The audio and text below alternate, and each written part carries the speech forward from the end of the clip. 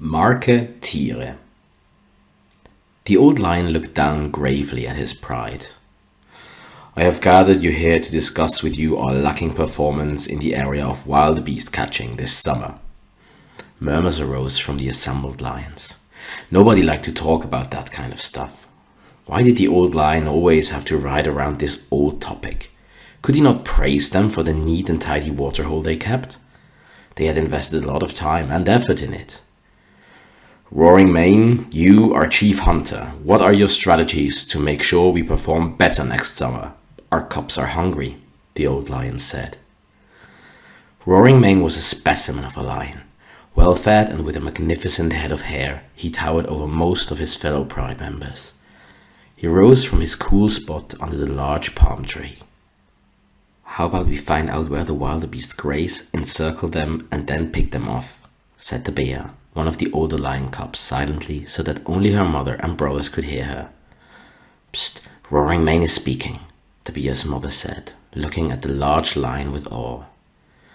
I have thought long and hard about this question, sire, and consulted about it with the most senior hunters at length.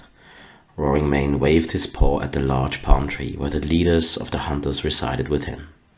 They met his gesture with just the appropriate amount of humility. As we all know, we are the kings and queens of the animal kingdom, and this follows that it must be the greatest honor for all beasts to serve their purpose and become our nourishment. A general rumble of contented assent rolled through the assembled pride, particularly among the seasoned hunters under the tree. Impala shit, said the bear, earning herself reproachful looks of the grown lionesses around her, but snickers from her brothers. This means that we must make it clearer to the wildebeests where we are so that they can find us easier and come closer to us. I therefore have worked out a 3-phase plan on how we can grow our palm trees and increase the volume of our roaring by at least 20% until next summer. Most of the assembled lions roared in approval.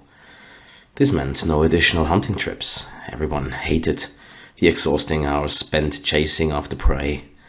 This would be much easier.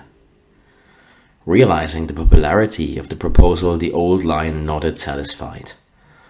And how do we measure the success of your strategy? Hunted wildebeests, the bear said, a little bit too loudly before her mother could place her paw over the bear's muzzle. Roaring Mane turned his head in their direction. He was smiling indulgently. No, young one, mine is a longer-term plan.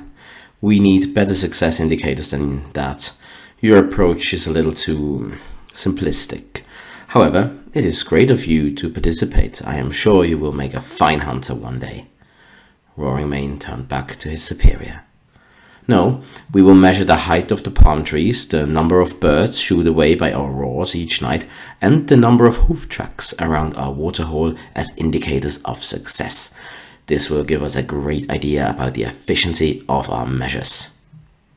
In the coming months, the pride did everything the seasoned hunter had suggested with great enthusiasm. And while they watered, roared, and counted, the cheetahs, hyenas, and leopards rejoiced, hunted, and grew fat.